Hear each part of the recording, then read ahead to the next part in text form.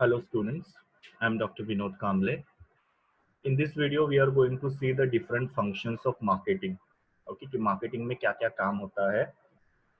So the very first function that is undertaken in marketing is your marketing research. Now, what is marketing research? Marketing research is nothing but where you systematically collect and analyze the data or the information relating to your marketing problem. मतलब आप क्या करते हो, आपकी एक team होती है, वो टीम मार्केट में जाती है, कस्टमर से डेटा कलेक्ट करके लाती है कि उनको क्या पसंद है, उनके प्रेफरेंसेस क्या है, what price they are ready to pay, which promotional media influences them, या कौन सा डिस्ट्रीब्यूशन चैनल उनके लिए बहुत ज़्यादा कन्वीनियंट है. ये सारी जो इन्फॉर्मेशन होती है मार्केटिंग प्रॉब्लम से रिलेटेड या मार्केटिंग के रिलेटेड, वो सारी इन्फॉर्मेशन को कलेक्ट करके लाने का और फिर उसको एनालाइज करके उस इंफॉर्मेशन के हिसाब से फिर तुमको क्या करना है, अपना मार्केटिंग स्ट्रेटेजी डिजाइन करना है. ओके, तो ये पूरे प्रोसेस को हम लोग बोलते हैं मार्केटिंग रिसर्च. ना मार्केटिंग रिसर्च के अंदर दो मेन एरियाज होते हैं, जिसमें सबसे पहले आपका कस्टमर रिसर्च होता है. ना व्हाट इज कस्टमर रिसर्च, नाम से ही पता चलता है, where we collect the information about customer preferences और देयर चॉइसेस और their likes and dislikes. Okay, कि उनको क्या पसंद है या उनको क्या पसंद नहीं है, वो इन्फॉर्मेशन हम लोग कलेक्ट करते हैं. Why this information is collected? So that we can make the product as per the choice of the customer or as per the preference of the customer, and which will result into customer satisfaction. और वही हमारा marketing का main purpose है.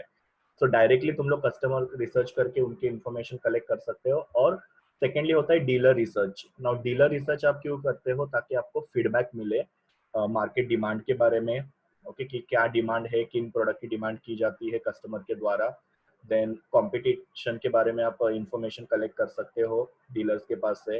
Then consumers के बारे में आप information collect कर सकते हो. इससे क्या होता है कि आपको डीलर ओरिएंटेड प्रमोशनल स्ट्रेटेजीज आप बना सकते हो. क्योंकि क्या होता है कि अल्टीमेटली आपका प्रोडक्ट जो होता है मार्केट में बेचता है डीलर. डीलर मतलब कि आपके जो रिटेलर्स वगैरह होते हैं या आपके जो होलसेलर्स होते हैं, जो डायरेक्टली कस्टमर के इन टच होते हैं. ओके, मैन्युफैक्चरर क्या करता है, प्रोडक्ट को बना के रिटेलर को दे देता है, पर प्रोडक्ट को डायरेक्टली मार्केट में कस्टमर तक पहुंचाने का जो काम होता है वो डीलर करता है. तो डीलर के पास से इनपुट मिलना या फीडबैक मिलना भी आपको अपनी मार्केटिंग स्ट्रेटेजी डिजाइन करने में बहुत ज्यादा इफेक्टिव हो सकती है. ओके, सो यहाँ पे आप डीलर का रिसर्च करते हो, जिससे आपको मार्केट डिमांड, कंपटीशन, कस्टमर्स के बारे में वगैरह इंफॉर्मेशन मिलती है. उसके हिसाब से आप प्रमोशनल स्ट्रेटेजी आपकी बनाते हो.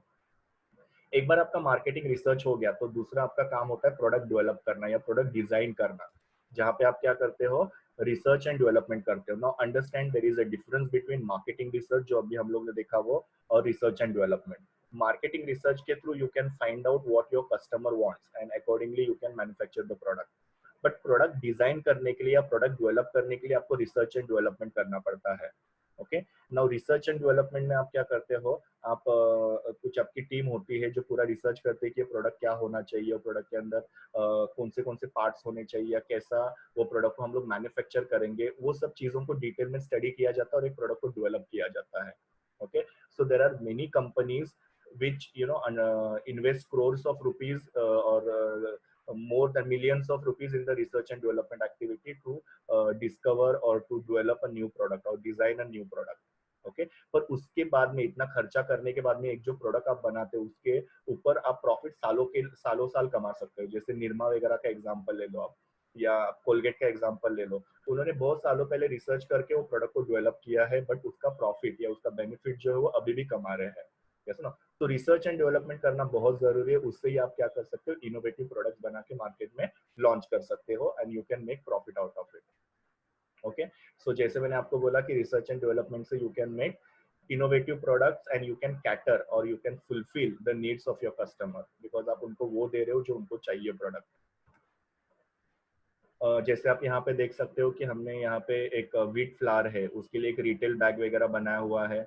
ओके, तो वो कैसे हम लोग को प्रोडक्ट को डिजाइन करना है, तो उसके बारे में उन्होंने क्या किया होगा, रिसर्च एंड डेवलपमेंट किया होगा कि कैसे बैग बनाना है, कैसे आटा ये करना है, कैसे उसके अंदर पैक करना है, ताकि हम लोग कन्वीनियंटली वो कस्टमर तक पहुंचे, प्लस कस्टमर उसके लिए डिमांड भी करे, उनको अच्छा भी लगे. देन हम लोग देखते हैं कि पहले जो अपने लैंडलाइंस वगैरह होते हैं, उससे अभी हम लोग क्या हो गए, मोबाइल पे आ गए. तो मोबाइल को डेवलप करने के लिए भी उन्होंने क्या किया होगा, रिसर्च एंड डेवलपमेंट करके उन्होंने वो एक मोबाइल फोन का डिवाइस क्रिएट किया होगा. तो ऐसे ये प्रोडक्ट को डेवलप करना, उसको हम लोग बोलते हैं प्रोडक्ट डेवलपमेंट या प्रोडक्ट डिजाइनिंग. ये आपका सेकेंड फंक्शन है मार्केटिंग का. मार्केटिंग रिसर्च हो गया, प्रोडक्ट बना के हो गया। अभी next activity is your branding. ना ब्रांड मतलब प्रोडक्ट होता है, ब्रांडिंग का मतलब क्या होता है वो हम लोग समझते हैं। Branding means you are giving some name to your product, और you are designing some slogan और सिंबल, और या फिर लोगो आपके प्रोडक्ट के लिए बना रहे हो।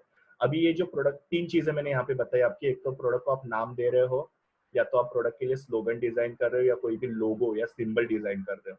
ये तीनों का पर्पस क्या है देखो, इसका पर्पस ये है कि आप प्रोडक्ट को क्या कर सकते हो, आइडेंटिटी दे सकते हो। जैसे हमारी खुद की आइडेंटिटी होती है, हमारा नाम, हमारे नाम से हमको जाना जाता है, वैसे प्रोडक्ट को जानने के लिए हम लोग को कुछ ना कुछ आइडेंटिटी उसको प्रोवाइड करनी पड़ती है। ओके, नाउ आइडेंटिटी देने की तीन चीजें हो सकती है, मैंने आपको बोला था। एक तो ब्रांड नेम हो सकता है, तो ब्रांड नेम जैसे लक्स हो गया, लिरिल हो गया, डेरी मिल्क हो गया, जैसे ना, ये सारे क्या हो गए, आपके ब्रांड नेम हो गए। वो नाम से वो प्रोडक्ट को क्या किया जाएगा, जाना जाएगा। किटकैट वगैरह जैसा, तो हमको पता चलता है कि ये कैडबरी है करके। देन पेप्सोडेंट मतलब हमको पता है ये टूथपेस्ट है करके। ओके, टाइड ये हमको पता है कि वॉशिंग पाउडर है करके। विम बार ये हमको पता है कि ये डिश वॉश बार है। सो ब्रांड नेम से क्या कर सकते हो, आप वो प्रोडक्ट को जान सकते हो, you can identify that product. जब आप ब्रांड नेम रखते हो तो ब्रांड नेम कैसा होना चाहिए, इजी टू रिमेम्बर, याद रहने वाला होना चाहिए, क्योंकि कस्टमर अगर ब्रांड नेम भूल जाएगा तो प्रोडक्ट भी नहीं परचेस करेगा। प्रोनाउंस करने को प्रॉपर आना चाहिए वो brand name. Okay, then suitable होना चाहिए ब्रांड नेम। सूटेबल का मतलब जैसे मैं चॉकलेटी वॉशिंग पाउडर ऐसा नाम नहीं रख सकता, बिकॉज वो सूट ही नहीं हो रहा। वॉशिंग पाउडर के लिए चॉकलेटी नाम आप रख रहे हो, it is not shooting somewhere. Yes ना, यूनिक होना चाहिए, अलग होना चाहिए आपका ब्रांड नेम। सेम होगा तो ऑब्वियसली लोग डिफरेंशिएट नहीं कर पाएंगे। सो जब भी आप ब्रांड नेम रख रहे हो तो आपको ये सब चीजें ध्यान में रखनी है। दूसरा आप क्या कर सकते हो, स्लोगन, सॉरी सिंबल या फिर लोगो वगैरह डिजाइन कर सकते हो, जिससे आपके प्रोडक्ट को लोग जान सकते हैं। जैसे ये है लोगो। ओके, ये लोगो देख के आपको फटक से पता चलता है ये नाइकी का लोगो है। So I need not to tell you about the product, वो लोगो देख के लोग क्या करें, आपके प्रोडक्ट को पहचान रहे हैं। तो नाइकी का ये लोगो है। देन मैकडोनल्ड का आपको पता है सिल्वर कलर में एम लिखा हुआ रहता है। जैसे तो वो देख के हम लोग उसको आइडेंटिफाई करते हैं। देन एप्पल कंप्यूटर्स का आप देखते हो कि एप्पल कंप्यूटर का लोगो होता है कि एक एप्पल होता है, उसको हाफ खाया हुआ रहता है, तो वो सब। Okay, then you have slogans. Now slogan मतलब कुछ कैची फ्रेजेस होते हैं, जैसे कि जिंदगी के साथ भी जिंदगी के बाद भी, ये स्लोगन है LIC का। ऐसा वैसे ही दूसरे भी ये स्लोगन्स वगैरह होते हैं, जैसे because you worth it, L'Oreal Paris का। जैसे ना, सो ये स्लोगन जो होते हैं इसके थ्रू भी लोग क्या कर सकते हैं, आपके प्रोडक्ट को आइडेंटिफाई कर सकते हैं। So branding will help you to identify the product. The next function is pricing. एक बार आपका मार्केटिंग रिसर्च होके पेपर प्रोडक्ट आपका रेडी हो गया, आपने प्रोडक्ट का ब्रांडिंग भी किया, now you have pricing. Now what is pricing, pricing is exchange value of the product. Okay, कि आप प्रोडक्ट को खरीदते हो तो उसके बदले में जो आप वैल्यू पे करते हो वो मार्केटर को या वो सेलर को, उसको हम लोग बोलते हैं एक्सचेंज वैल्यू को प्राइसिंग। okay, now pricing जो होता है, you cannot randomly decide the price of the product, you need to consider certain factors before you fix the price of your product. तो आप कौन से फैक्टर्स को कंसिडर करते हो, so you consider the cost of production, कि how much cost is incurred to produce that particular product, that you need to consider. Okay, accordingly you will add the profit into it and you will charge the price. You will have to consider the economic condition also, what is the economic condition going on in the market. If the economic condition is not conducive or proper, then definitely you cannot charge higher price, you'll have to keep your price low. Economic condition बहुत अच्छी है, then you can charge higher price. Then you'll have to see the competitor pricing strategy, how much he is charging. अगर वो कम charge कर रहे हैं, आप ज्यादा चार्ज कर रहे हो, तो definitely that will not do, because otherwise customers will go to your competitors only. So you'll have to keep your price somewhere near to the competitors price. Then you'll have to see the image of your firm, what is your goodwill in the market. Okay, reputation आपकी क्या है, उसके हिसाब से आप price charge कर सकते हो. So your after you make the product, after you develop the product and brand your product, you will have to fix the price of your product. Now after prices, what you have to do is your promotion. Now promotion का मतलब क्या होता है, you understand first. Promotion is nothing but the communication. Promotion में आप क्या करते हो, कम्युनिकेशन करते हो, किसके साथ, टारगेट ऑडियंस के साथ. Why this communication is done, to create the awareness about your product in the mind of customers. आपके कस्टमर के माइंड में आपके जो भी नया प्रोडक्ट है या जो भी आपका प्रोडक्ट है उसके बारे में अवेयरनेस क्रिएट करना. प्लस कभी कभी क्या होता है, प्रमोशन किया जाता है फॉर द रिमाइंडर पर्पस, क्योंकि क्या होता है कि मार्केट में इतने सारे प्रोडक्ट्स अवेलेबल होते हैं, इतनी सारी एडवर्टीजमेंट, सेल प्रमोशन लोग देखते हैं कि वो आपके प्रोडक्ट के बारे में भूल जाते हैं. So you have to remind them about your product with the help of promotion. Some promotion is nothing but the communication about your product. With promotion you can create the awareness about your product in the mind of target customer, or you can remind the customer about your product. ना promotion करने के अलग अलग तरीके होते हैं, जिसमें सबसे पहला तरीका है आपका एडवर्टाइजिंग. तो advertising, we you know, advertising is a paid form of non personal promotion. Means advertising के लिए आपको पैसे देने पड़ते हैं, और ये नॉन पर्सनल प्रमोशन होता है जहाँ पे face to face communication possible होता नहीं है. एडवर्टीजमेंट करने के अलग अलग मीडिया होते हैं, TV, radio, newspaper, magazine. whichever media is suitable to your budget, is suitable to your product, you can select for your advertising purpose. तो प्रमोशन का एक ये तरीका है. Next you can use sales promotion. Now sales promotion मतलब कुछ techniques होती है जो आपका शॉर्ट टर्म सेल्स बढ़ाने में आपको हेल्प करता है. जैसे कोई डिस्काउंट वगैरह आपने दे दिया, कोई एक्सचेंज ऑफर भी दे दिया, कॉम्बो ऑफर आपने दे दिए, या गारंटी वारंटी दे दी. ओके, इससे क्या होता है कि आपका जो सेल्स है वो शॉर्ट टर्म के लिए इंक्रीज होता है. जैसे कि आपको पता है संतूर सोप के ऊपर स्पून फ्री मिलता है, या पहले पेन फ्री दिया जाता था. गुड डे बिस्किट्स के ऊपर 20% एक्स्ट्रा दिया जाता है. ओके, देन आपके ये प्रेस्टीज कुकर है, उसके ऊपर एक्सचेंज ऑफर आता है कि आप पुराना लेके आओ कुकर और नया कुकर लेके जाओ. So these are all techniques which you use to increase your sales, is called as sales promotion. हाँ, गारंटीज वगैरह देते हो, 2 साल की गारंटी, 1 साल की गारंटी, ये सब भी क्या है आपके सेल्स प्रमोशन स्कीम्स है. इसके थ्रू लोगों को आपके प्रोडक्ट के बारे में पता चलता है. Then you have personal selling. Now personal selling मतलब क्या होता है, जिसको हम लोग सेल्समैनशिप बोलते हैं, जहाँ पे कंपनी का रिप्रेजेंटेटिव होता है, वो कस्टमर के पास जाता है, उनको कन्विंस करता है to purchase that particular product after explaining the features of product. और फिर बाद में वो कन्विंस हो गए तो आपके प्रोडक्ट को परचेज कर लेते हैं. सो ये भी प्रमोशन का एक तरीका है, जहाँ पे सेल्समैन के थ्रू आप लोगों को क्या कर रहे हो, कम्युनिकेट कर रहे हो, अवेयर कर रहे हो अबाउट योर प्रोडक्ट. अभी सेल्स प्रमोशन के लिए यहाँ पे मैंने 3 आपको प्रमोशन मिक्स बताए हुए हैं. उसके अलावा भी होते हैं, जैसे पब्लिसिटी आप कर सकते हो, आप स्पॉन्सरशिप कर सकते हो प्रमोशन करने के लिए. Then there can be trade fair, exhibition. फिर आपके प्रोडक्ट का जो पैकेजिंग होता है, वो packaging itself is your promotion mix. Okay, so अलग अलग तरीके से आप प्रमोशन कर सकते हो, so that people will know about your product. Next one is test marketing. Now test marketing का मतलब क्या होता है, जब आपका प्रोडक्ट रेडी हो जाता है तो आप उसको स्मॉल मार्केट में क्या करते हो, लॉन्च करते हो, so that you can find out the acceptance of your product. मतलब जैसे कि सपोज आपने कोई फ्री सैंपल्स वगैरह डिस्ट्रीब्यूट किए, या लोगों को आप ऐसे कॉम्प्लीमेंट्री वगैरह वो प्रोडक्ट ऑफर कर रहे हो. ओके, ताकि लोग क्या करेंगे, वो प्रोडक्ट को लेके जाएंगे, टेस्ट करेंगे, और उनको वो अच्छा लगा तो वो लोग क्या करेंगे, तुम्हारे प्रोडक्ट को डिमांड करेंगे. और आपको फेवरेबल रिस्पॉन्स अगर आ रहा है वो टेस्ट मार्केटिंग का, तो आप आपके प्रोडक्ट को फिर क्या कर सकते हो, वाइड मार्केट में या लार्ज मार्केट में फिर उसको आप लॉन्च कर सकते हो. डायरेक्टली आप लार्ज मार्केट में आपके प्रोडक्ट को लॉन्च नहीं करोगे, टेस्ट मार्केटिंग पहले करोगे. उसका रिजल्ट क्या आता है, लोग क्या फीडबैक देते हैं, whether people are accepting that product और नॉट, ये सब आप फाइंड आउट करने के बाद में अगर पॉजिटिव रिजल्ट आया तो आप वो प्रोडक्ट को लार्ज स्केल में, लार्ज मार्केट के अंदर लॉन्च कर सकते हो. और अगर सपोज टेस्ट मार्केटिंग का फीडबैक इतना अच्छा नहीं आया, तो आपको प्रोडक्ट के अंदर उसके हिसाब से जो भी चेंजेस रिक्वायर्ड है वो करने पड़ेंगे.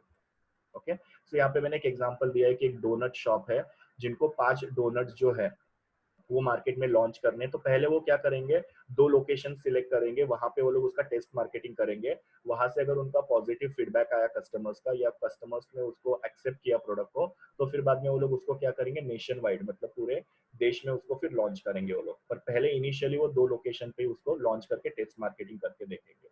तो test marketing is also very necessary to avoid any fault in the product at the initial stages itself. फिर होता है फिजिकल डिस्ट्रीब्यूशन. अब फिजिकल डिस्ट्रीब्यूशन को हम लोग क्या बोलते हैं, प्लेस. 4 पीस के अंदर जो प्लेस होता है वो तुम्हारा फिजिकल डिस्ट्रीब्यूशन होता है. या फिर दूसरे शब्दों में हम लोग इसको बोल सकते हैं selling of the product to the ultimate customer. आप प्रोडक्ट को कस्टमर को बेचते हो, that is physical distribution. Now selling जो होता है या डिस्ट्रीब्यूशन जो होता है 2 टाइप का हो सकता है, 2 मोड से हो सकता है, डायरेक्ट डिस्ट्रीब्यूशन और indirect distribution. Now what is direct distribution? Direct distribution means जहां पे मैन्युफैक्चरर जो होता है वो फाइनल कंज्यूमर को डायरेक्टली प्रोडक्ट को सेल करता है. There is no intermediary in between. कोई भी रिटेलर, होलसेलर, एजेंट्स वगैरह होते नहीं है. सेल्समैन के थ्रू या फिर तुम्हारे खुद के व्हीकल के थ्रू तुम लोग क्या कर सकते हो, डायरेक्टली कस्टमर तक प्रोडक्ट को पहुंचा सकते हो। जैसे टप्परवेयर वगैरह आपको पता है, ये कंपनीज क्या करती है, उनके खुद के प्रोडक्ट्स को वो कस्टमर तक फाइनली पहुंचाते हैं, उनके कोई भी ये मिडल मैन वगैरह होते नहीं है। सो डायरेक्ट सेलिंग आप इस हिसाब से कर सकते हो। Then you have indirect distribution. Indirect distribution मतलब यहाँ पे आपके इंटरमीडियरीज होते हैं, इंटरमीडियरी के थ्रू आप क्या करते हो, वो प्रोडक्ट को कस्टमर तक पहुंचाते हो। ओके, सो जैसे कि आपको पता है ये बिग बाजार वगैरह हो गया, डीमार्ट वगैरह हो गया, ये सारे आपके इंटरमीडियरीज रिटेलर्स है जिनके थ्रू आप क्या कर रहे हो, आपके प्रोडक्ट को कस्टमर तक पहुंचा रहे हो। Okay, so this is physical distribution. ना प्रोडक्ट को बेचने के बाद में आपकी मार्केटिंग खत्म नहीं होती है। प्रोडक्ट को बेचने के बाद में you will have to provide after sale service to your customers. Now what is after sale service? Product को बेचने के बाद में आप जो सर्विस कस्टमर को प्रोवाइड करते हो या ट्रीटमेंट जो आप कस्टमर को प्रोवाइड करते हो, that is called as after sale service. और ये आफ्टर सेल सर्विस जरूरी होती है ड्यूरेबल प्रोडक्ट्स के लिए। जैसे आपने वॉशिंग मशीन खरीदा, आपने कोई कंप्यूटर वगैरह खरीदा, एसी खरीदा, सो जो भी ड्यूरेबल प्रोडक्ट्स आप परचेस कर रहे हो उसके लिए आपको आफ्टर सेल सर्विस देनी पड़ती है। एग्जाम्पल बताता हूँ, जैसे कि सपोज आपने एसी खरीदा, तो एसी को फिट कराना पड़ता है घर के अंदर, जैसा वो जो होता है वो कंपनी के द्वारा किया जाता है। फिर वो एसी को हम लोग को साल में एक बार या दो बार हम लोग को मेंटेनेंस वगैरह करना पड़ता है। सो ये आपकी आफ्टर सेल सर्विस होती है। ओके, सो प्रोडक्ट बेचना is not end of your marketing. After selling that product, you will have to install that product at customer place. You will have to provide him servicing to that particular product. कुछ products होते हैं जिनको servicing की जरूरत पड़ती है, तो वो आपको प्रोवाइड करना पड़ता है। ये सबको हम लोग बोलते हैं आफ्टर सेल सर्विस। ना यहाँ पे मैंने लिखा हुआ है कि आफ्टर सेल सर्विस जो होता है वो आपके लिए भले ही रेवेन्यू जनरेट नहीं करता है या आपके लिए प्रॉफिट जनरेट नहीं करता है कहीं पे भी, पर ये आपको गुडविल क्रिएट करके देता है। और इस गुडविल की वजह से आप क्या कर सकते हो, अपने बिजनेस को मार्केट में ग्रो कर सकते हो, आप नए नए कस्टमर्स को अट्रैक्ट कर सकते हो। So though it is not generating any revenue for your company, but it is creating और increasing the goodwill of your organisation in the market. जैसे कि आपने बाइक खरीदा, ओके, सो बाइक को मेंटेनेंस करने के लिए वगैरह आप आफ्टर सेल सर्विस कस्टमर को प्रोवाइड करोगे। So that is the example. अभी एमआईएस करके एक कॉन्सेप्ट होता है। एमआईएस का मार्केटिंग के मतलब अंदर मतलब होता है marketing information system. Okay, now system का मतलब क्या होता है, system is nothing but the software. Okay, ये एक सॉफ्टवेयर होता है, कंप्यूटर सॉफ्टवेयर होता है, जिसके अंदर आप क्या करते हो, आपके मार्केटिंग की सारी इन्फॉर्मेशन को स्टोर करते हो और जब भी वो इन्फॉर्मेशन को चाहिए आप यूटिलाइज कर सकते हो। जैसे कि टैली होता है, तो टैली किसके लिए होता है, आपके अकाउंटिंग पर्पस के लिए होता है। उसके अंदर आप सारे वाउचर्स वगैरह या दूसरी बैंक एंट्रीज वगैरह करते हो, या परचेस कितना हुआ, सेल्स कितना हुआ, ये सारे एंट्रीज करते हो। तो फिर आपको वो टैली क्या करता है, बैलेंस शीट बना के देता है आपको, ये आपके प्रॉफिट एंड लॉस अकाउंट बना के देता है, आपके डेटर्स कितने हैं, क्रेडिटर कितने, ये सब चीजें आपको उसके अंदर मिल जाती है रेडीमेड। यस ना। सेम वे यहाँ पे मार्केटिंग इन्फॉर्मेशन सिस्टम एक सॉफ्टवेयर होता है जिसके अंदर आप क्या करते हो, आपके प्रोडक्ट की इन्फॉर्मेशन, फिर उनकी प्राइस कितनी है, फिर बाद में उसका प्रमोशन आप कैसे करते हो, ओके, उसका सेलिंग कितना हुआ है, वो सब जो इन्फॉर्मेशन होता है वो उसके अंदर आप फीड अप करते हो। और ये इन्फॉर्मेशन आप फीड करने की वजह से आपको मार्केटिंग डिसीजन लेने में हेल्प होता है। जैसे सपोज एक प्रोडक्ट है, उसकी इन्फॉर्मेशन आपने कंप्यूटर के अंदर फीड की कि वो प्रोडक्ट को कितना सेल हुआ है, तो लास्ट ईयर कितना सेल हुआ था, इस साल कितना सेल हुआ है, ये आप कंपेयर कर सकते हो। जिन प्रोडक्ट का सेल बहुत अच्छा है ऑब्वियसली उसके मार्केटिंग के ऊपर आप ज्यादा एम्फोसिस करोगे। जिन प्रोडक्ट का सेल कम हो रहा है उसको तुम मार्केट में से क्या करोगे, आप विड्रॉ करोगे कुछ सालों के बाद में। बिकॉज कंटिन्यूसली अगर वो प्रोडक्ट आपको लॉस करके दे रहा है तो डेफिनेटली वो प्रोडक्ट को मार्केट में कंटिन्यू करने में कोई मतलब नहीं है। उसको आप विड्रॉ करो या उसमें कुछ ऑल्टरेशन करके उसको रीलॉन्च करो मार्केट के अंदर। ये डिसीजन आप क्यों ले पाए कि प्रोडक्ट को मार्केट में रखना है कि नहीं रखना है, because of the MIS. So MIS will provide you all the information about the marketing for the decision purpose। Okay, कि कौन सा प्रोडक्ट है, प्राइस कितना है, उसका सेल्स कितना हुआ, उसका प्रमोशन कैसे हो रहा है, वो सब इंफॉर्मेशन आपको कंप्यूटर सिस्टम के अंदर या सॉफ्टवेयर के अंदर मिल जाएगा। And the last one is your customer relationship management, जिसको हम लोग सीआरएम बोलते हैं। नाम से ही पता चलता है customer relationship is nothing but we are maintaining the long term relation with the customer. Customer ने एक बार प्रोडक्ट आपके पास से परचेस किया and your marketing will be over, okay, your relation with the customer is over, it is not so. आपको customer के साथ लॉन्ग टर्म रिलेशन मेंटेन करना है, because that customer has to come to you again and again. और जब customer के साथ आप अच्छा रिलेशन रखते हो तो वही कस्टमर्स आपको क्या करेंगे, और कस्टमर्स बढ़ा के देंगे। जैसे मार्केटिंग के डेफिनेशन में हम लोग ने पढ़ा हुआ है getting, keeping and growing the customers. Means we have to get the customers, we have to keep the customers, and we have to grow the customers, and that is possible only with the CRM. So you are maintaining long term relation with your customer.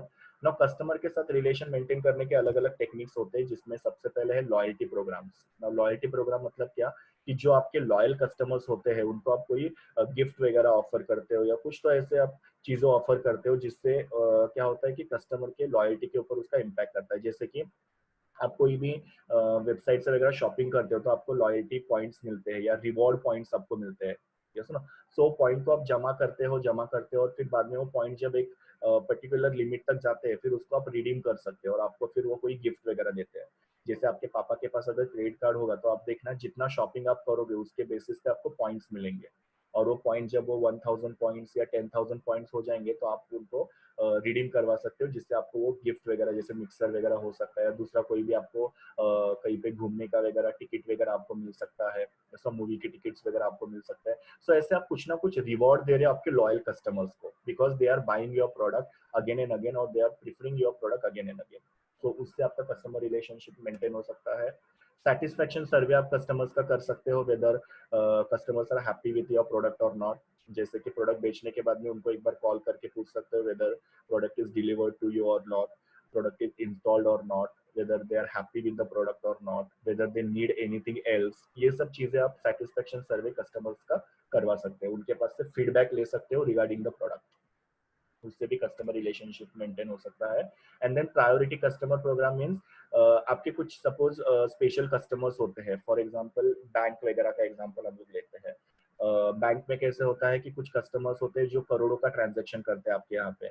Okay अगर suppose उनको कुछ urgent काम है तो आप उनको priority basis पे वो काम करके देते हो, because they are your prime customers और they are your big customers, जिसकी वजह से आपके बैंक को बहुत ज्यादा बेनिफिट मिलता है. या फिर दूसरा आप देखते हो बिग बाजार में एक प्रॉफिट कार्ड करके एक ये है स्कीम है. तो प्रॉफिट कार्ड में कैसे होता है कि आपको प्रॉफिट कार्ड परचेज करना होता है, जिसमें आपको एक बेनिफिट मिलता है कि आप 12,000 का शॉपिंग कर सकते हैं और आपको पे सिर्फ 10,000 रुपीज करना है. ओके हर महीने आपके अकाउंट में से उतना 1,000 रुपीज वगैरह कट होते रहता है. सो आप आराम से 12,000 का शॉपिंग कर सकते हो और 10,000 का पेमेंट कर सकते हो.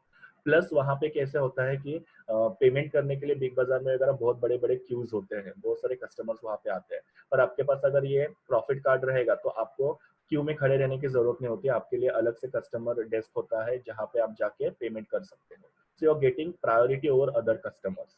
इससे भी क्या होता है कस्टमर के साथ आपका एक अच्छा रिलेशन मेंटेन करने में हेल्प होता है. So these were all the functions of marketing which started with your marketing research and then your distribution and after sale service, maintaining relationship with customers. ये सारे functioning होते हैं marketing. Thank you. Please do like, share, comment and subscribe to my YouTube channel and also recommend my channel to your friends. See you in the next video.